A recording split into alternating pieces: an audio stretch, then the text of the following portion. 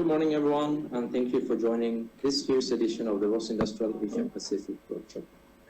Before we start, I would like to thank Prof. Craig and the National Robotics Program for their support towards open source robotics and advancements of robotics here in Singapore. Next. Today, we're here at A-STAR's Advanced Remanufacturing and Technology Center. For those of you who are not previously familiar with us, we're a leading public-private partnership research institute for advanced manufacturing in the region. Working closely with our industry partners, we develop new technologies for industry adoption, including robotics, which is one of the main technology pillars of the center. Next. ROS-Industrial is a global collaboration between Southwest Research Institute, Fraunhofer IPA, and A-STAR ARTC, constituting our three main regions and our industry members. Together, we form a global ecosystem to advance open source robotics and ROS for industrial adoption. Next. In a little while, I'll share a bit more about some of the recent technology development and consortium activities that our team has been engaged with. But I'll start off today to talk about our efforts related to enabling easier and more consistent industry-grade quality for ROS-based components. The global ROS community has been actively engaged in deriving what is known as the ROS Enhancement Proposal 2004 this year, which is an effort to derive a standard set of quality process and metrics for ROS packages. This is beneficial for both package maintainers as well as users, as it provides more coherent guidelines and makes it easier to both improve on and assess the quality of a given package compared to the ROS platform overall. Next. Many of the categories in REP 2004 are quite process-oriented, such as versioning policies, change control process, and so on. Traditionally, one of the very time-consuming steps, of course, related to ensuring quality is the one of actually performing testing and validation itself. So one of the questions that we ask ourselves is, could we fully automate REP 2004 testing criteria to allow the current state of a package to automatically report the quality level that it has according to these new guidelines? Next. This leads us to the Industrial CI package. Industrial CI is a package maintained by the ROS-Industrial Consortium, and it provides you with a continuous integration pipeline for your ROS-based projects. Recently, we have done a lot of updates to this package, and it currently has full support for ROS2 distributions, including Foxy, area CI services such as Travis CI, GitLab CI, as well as code coverage reporting services. This gives you a lot of flexibility of choice while maintaining a standard solution for enabling CI for your ROS-based applications. Next. So just to quickly illustrate how you can adopt Industrial CI for your packages, a simple configuration file is essentially all that is needed to start generating automated control and report output to your package repository, including code coverage and static and dynamic analysis results. Next. So in order for us to make it easier for ROS package maintainers to keep track and adhere to the quality standards in REP 2004, and for adopters to understand the current state of test quality in a package, we are proposing to add standardized acceptance criteria in addition to the process requirements that have been defined in REP 2004.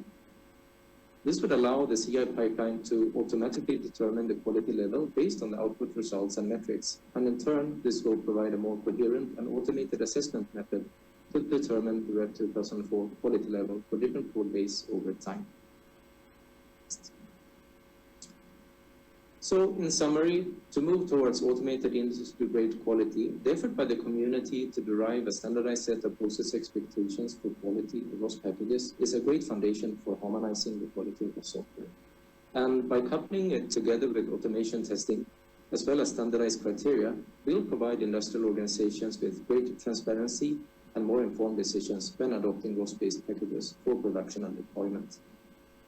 ROS-Industrial will continue to enhance Industrial CI for improved automation test capabilities and engage with the community to provide transparent software quality for ROS. Next.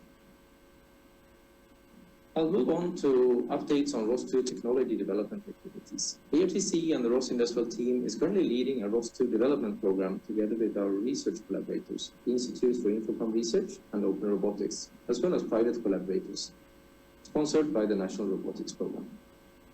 The key driver for this program is to accelerate the adoption of robotics through open source ROS, And this is done by focusing on creating formally tested new ROS2 packages that are easy to set up and deploy, yet flexible enough to provide additional customization and to continue evolving as new state-of-the-art algorithms and technologies are introduced over time. Next. There are 4 main technology areas that we are focusing on as part of this program, and today I will share about our ongoing efforts related to perception and manipulation in ROS2. We also have a couple of our collaboration partners here today that will share updates in the other 2 technology areas as well. The Institute for Infocom Research will share work related to navigation, and Open Robotics as well as Cognizant Systems both have talks in the area of interoperability for robotics today. Also, don't miss our interoperability for manufacturing video showcase later during the break that outline how you can leverage open source ROS and combine with other ARTC robotics technologies for your operations. Next. So, in the spirit of providing industry-quality ROS2 components that are easy to deploy, the package Easy Perception Deployment provides robotic vision capabilities that can leverage state-of-the-art machine learning models. The package provides ready capabilities to perform object segmentation, localization, measurement, and tracking, and comes with a user interface that makes it very fast to train and deploy, even if you're not an expert in machine learning frameworks or up to speed on what is the latest algorithms to use. It also leverages the open standard ONNX format for deployment of machine learning models. So it will be straightforward to import other models or plug in new higher performing models as they will become available in the future, rather than relying on a single model as the package is developed. Next. Here's a quick example of what the package looks like in action, performing object segmentation as well as determining the main axis of the object, which may be useful, for example, for grasping actions. A performance benchmark on our reference system shows a similar performance in terms of speed as compared to YOLA class, but a slightly higher accuracy score for this specific model.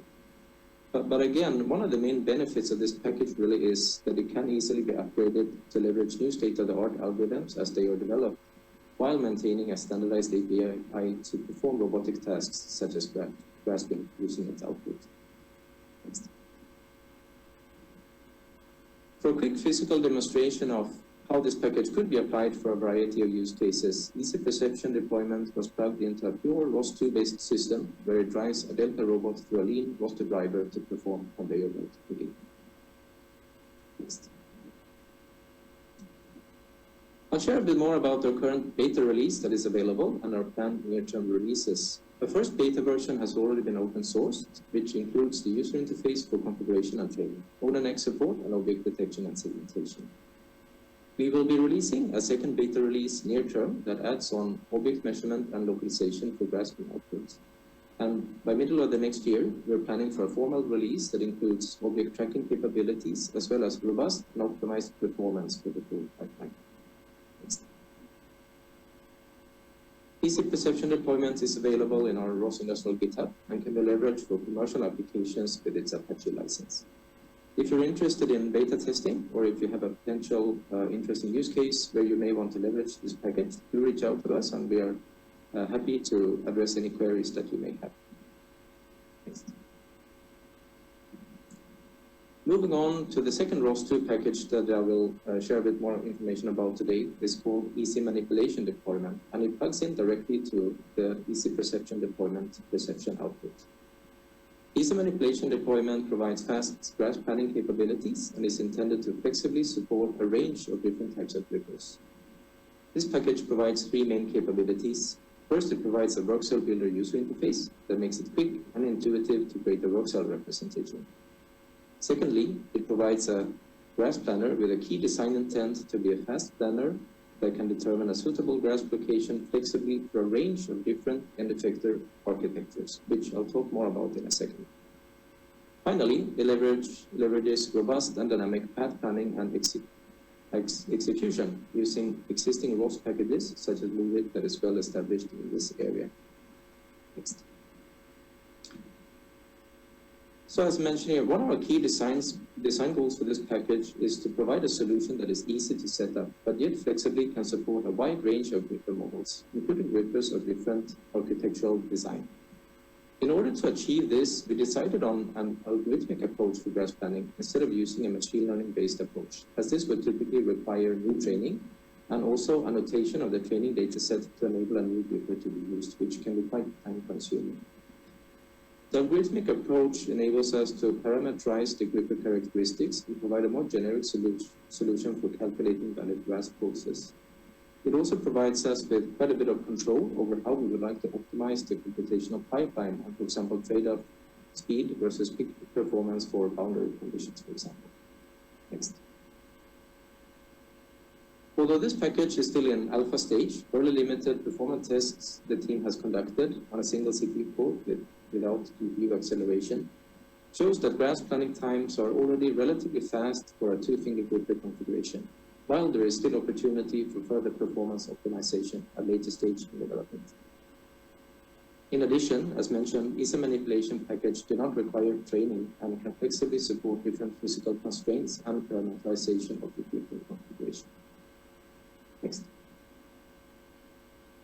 To illustrate an example of how ESA manipulation deployment with some customization could be used for more complex setups than just a single gripper configuration, with sufficiently fast computation of suitable graphs for more than one gripper, multiple grippers could be deployed to a single robot to create a low-cost picking system that is able to serve high-mix applications.